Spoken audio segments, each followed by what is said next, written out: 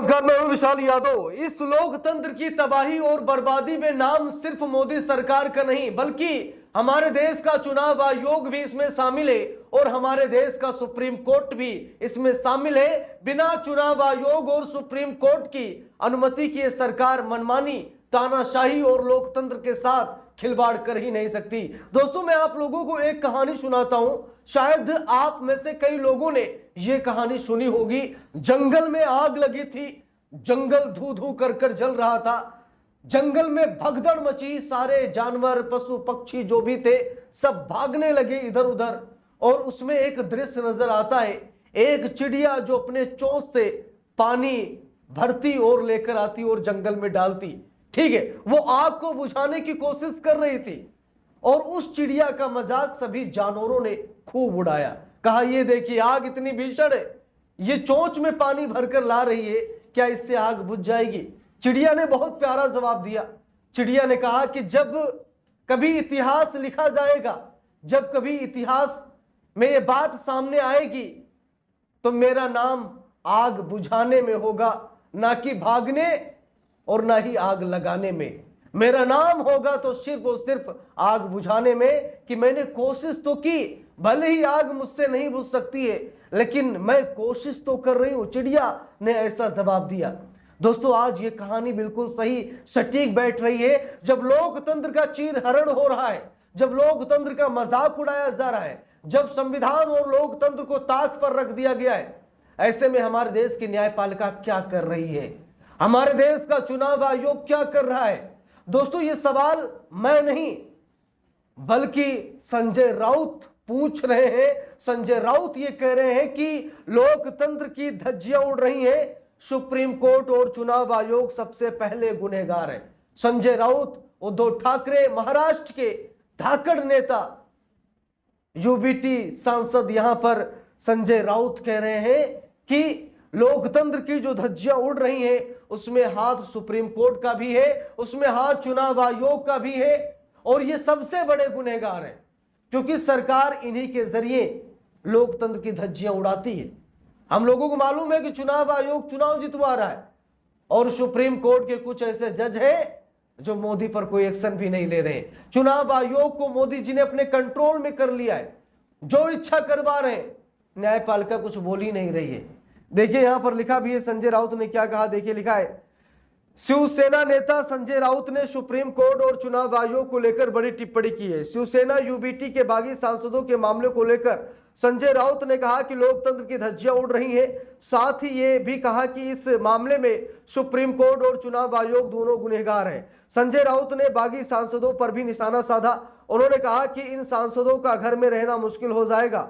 गौरतलब है कि शिवसेना उद्धव ठाकरे गुट के 6 सांसद गायब बताए जा रहे हैं। पार्टी ने अपने सभी 9 सांसदों को अर्जेंट मीटिंग के लिए बुलाया था। ये बैठक पार्टी के दिल्ली स्थित पार्लियामेंट ऑफिस में होनी थी लेकिन मात्र 3 सांसद ही पहुंचे। वहीं सूत्रों ने दावा किया है कि कुछ सांसदों ने शिंदे गुट की सेना में विलय की मांग करते हुए एक पत्र पर हस्ताक्षर किए हैं।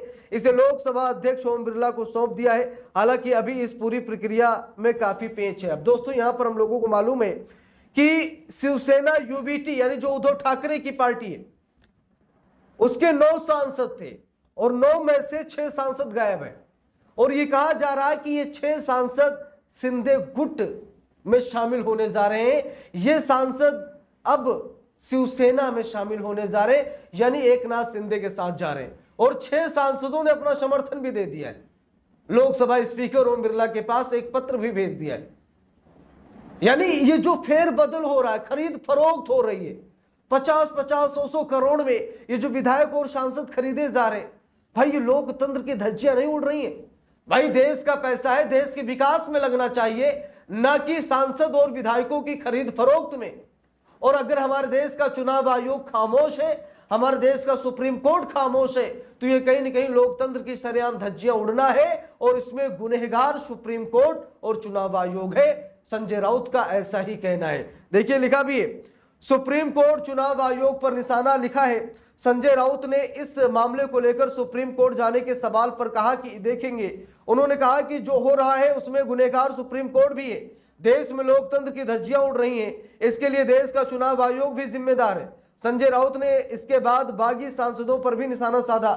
उन्होंने कहा कि उनको एमपी बनाने वाली पार्टी है, कार्यकर्ता है जो सड़क पर अब उतरे हैं और उतरते रहेंगे।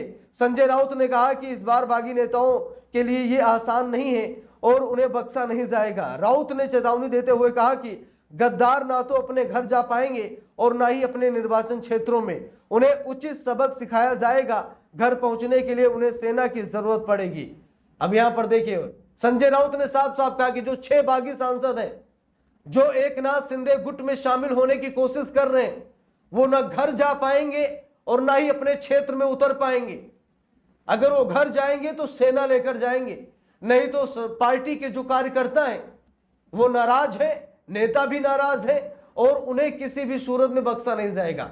यानी कि संकेत तो बहुत बड़े दे रहे हो यहां पर संजय राउत कि उनके साथ अच्छा बर्ताव नहीं होगा।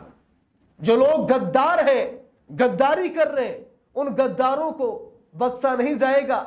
अनुराग ठाकुर ने कहा था कि देश के गद्दारों को गोली मारो सालों को। और जो पार्टी के गद्दार हैं उनका क्या हाल हो, जो पार्टी के गद्दार हैं उनका क्या हाल हो। भाई आप चुनाव लड़ते पार्टी के सिंबल से, उस नेता के नीचे, उस नेता के नाम पर आप चुनाव लड़ते हैं और जब जीत जाते हैं तो पार्टी बदल देते हैं।